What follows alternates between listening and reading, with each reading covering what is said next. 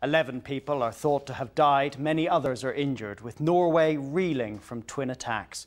First, a suspected car bomb outside the Prime Minister's office in Oslo, killing 7 people. Then, a gunman disguised as a police officer began shooting at a Labour Party youth camp on the island of Utøya, south of the capital. 1 person's been arrested. It's feared there could still be explosives there. Our international editor, Lindsey Hilsum, has the latest. The explosion tore through the centre of Oslo in the early afternoon. Smoke and flames poured from the windows of the oil ministry. This is a city normally linked to peace, not terror. Norwegians have never known anything like it. Bystanders took pictures with mobile phones. Documents were blown out of office windows. The main government building, where the cabinet had just finished meeting, and 2 newspaper offices were just nearby.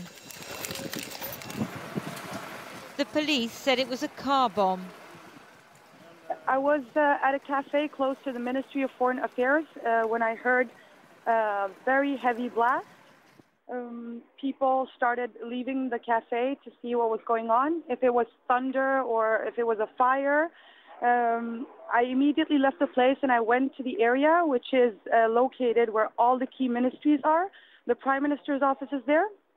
The buildings were on fire.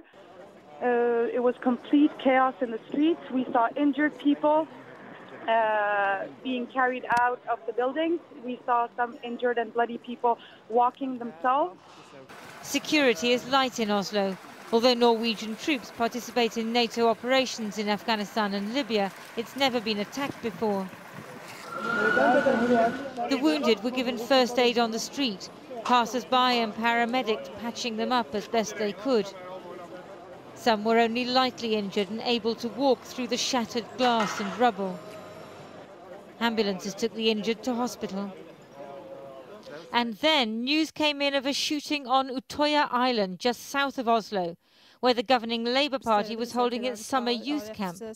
About 1,000 young people gather here every summer.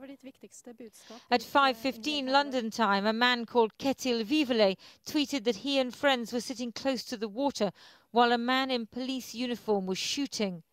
15 minutes later, he tweeted that they were okay, but could hear more shots. Earlier today, a bomb went off in Oslo.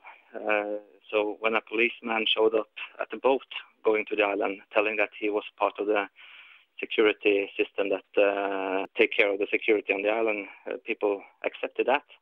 But only a few minutes after he had come to the island, he took out a handgun and started to shoot at the youth.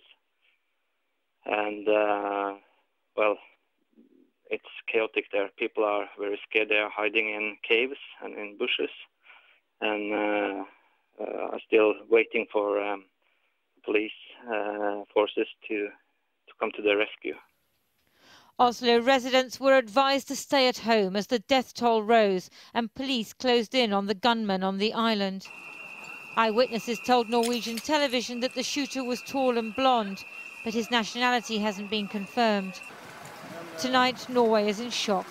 They've never seen such death and mayhem before.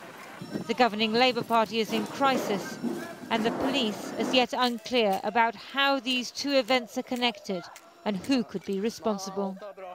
Lindsey Hilsum, and later in the programme we'll be speaking to the British ambassador in Norway for the latest.